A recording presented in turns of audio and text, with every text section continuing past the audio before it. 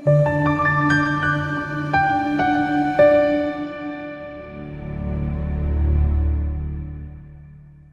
kuyithoba ngibonga ithuba ngibonga ukulondwa sibonge nokuthi kusukela iqala i-channel kade lokuyingxenye yayo sibonge futhi ukuthi mhlawumbe ngenzeka usanda kuyijoyina kodwa since uyijoyinile unokubuyile engathi uNkulunkulu angakubusisa nabasazosijoyina futhi uNkulunkulu bonke ababusise.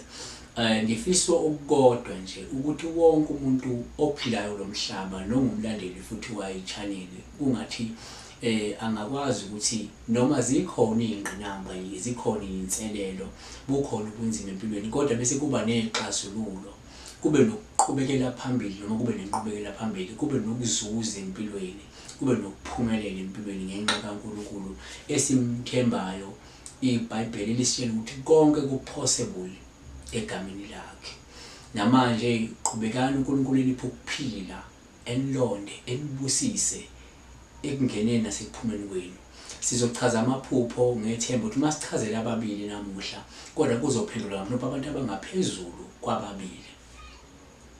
Soqala la ngolindiwe linda ukuthi sibonge pastor wethu xa uphupha utata wakho ngasekho eqhawula ehleka.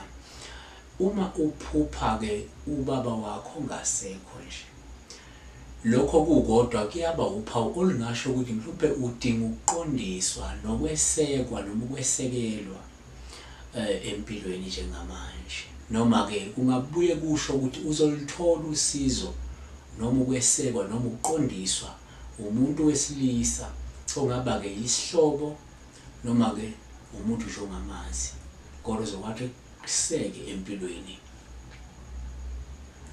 Kanti futhi uma uphupha la ubaba wakho ngasekho ehleka kuyaba uphawu olusuke luyiseqayiso nolukhombisa izinkinga nezinselelo zesikhashana nezendlulayo ongase mhlawumbe ubhekane nazo empilweni.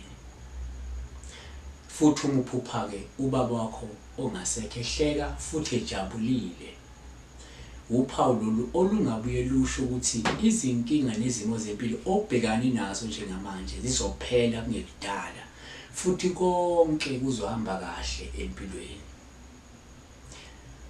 Kanti uma uphupha ke uqhawulana nomufi futhi eneme kungabuye kube uphawu olungasho ukuthi umufi uyithongo lakhe elihle futhi weneme mhlawumbe ngaba ngenxa yokusiphatha kwakho ngendlela efanele noma eyamukelekile noma ukungakhohlwa imvelaphi yakho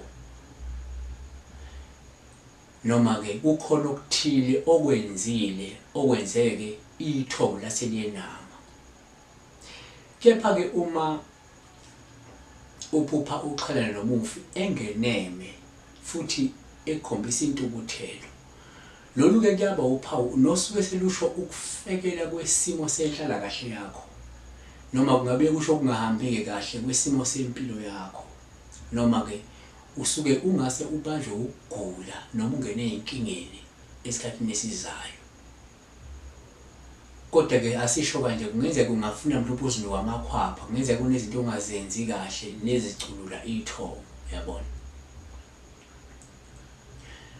Asibheke la udaba lukaBhekifa Mkhondo uthi pastor unjani bengicela ukuthi uma uphupha inja kubuta ukuthi uma uphupha inja lelimele legcwele ke ingati futhi ke igijimisa labantu lo nabo laceleni yabona.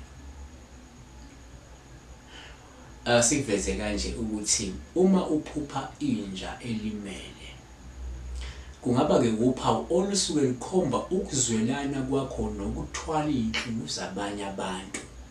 Kungenzeka umuntu oshesha azwele noma ke uyabazwela abantu abasenkingeni noma abasenhlungwini.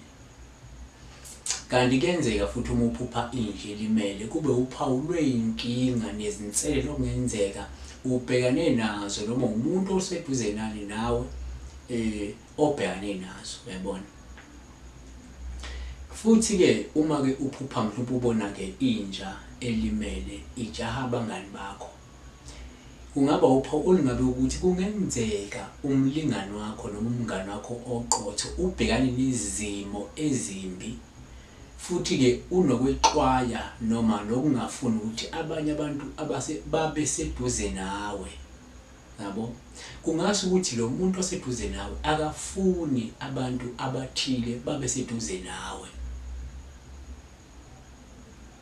kodwa ungathola ukuthi mhlawumbe emotionally lo muntu wakho noma lesihlobo sakho noma lo muntu osendeni naye ulimele,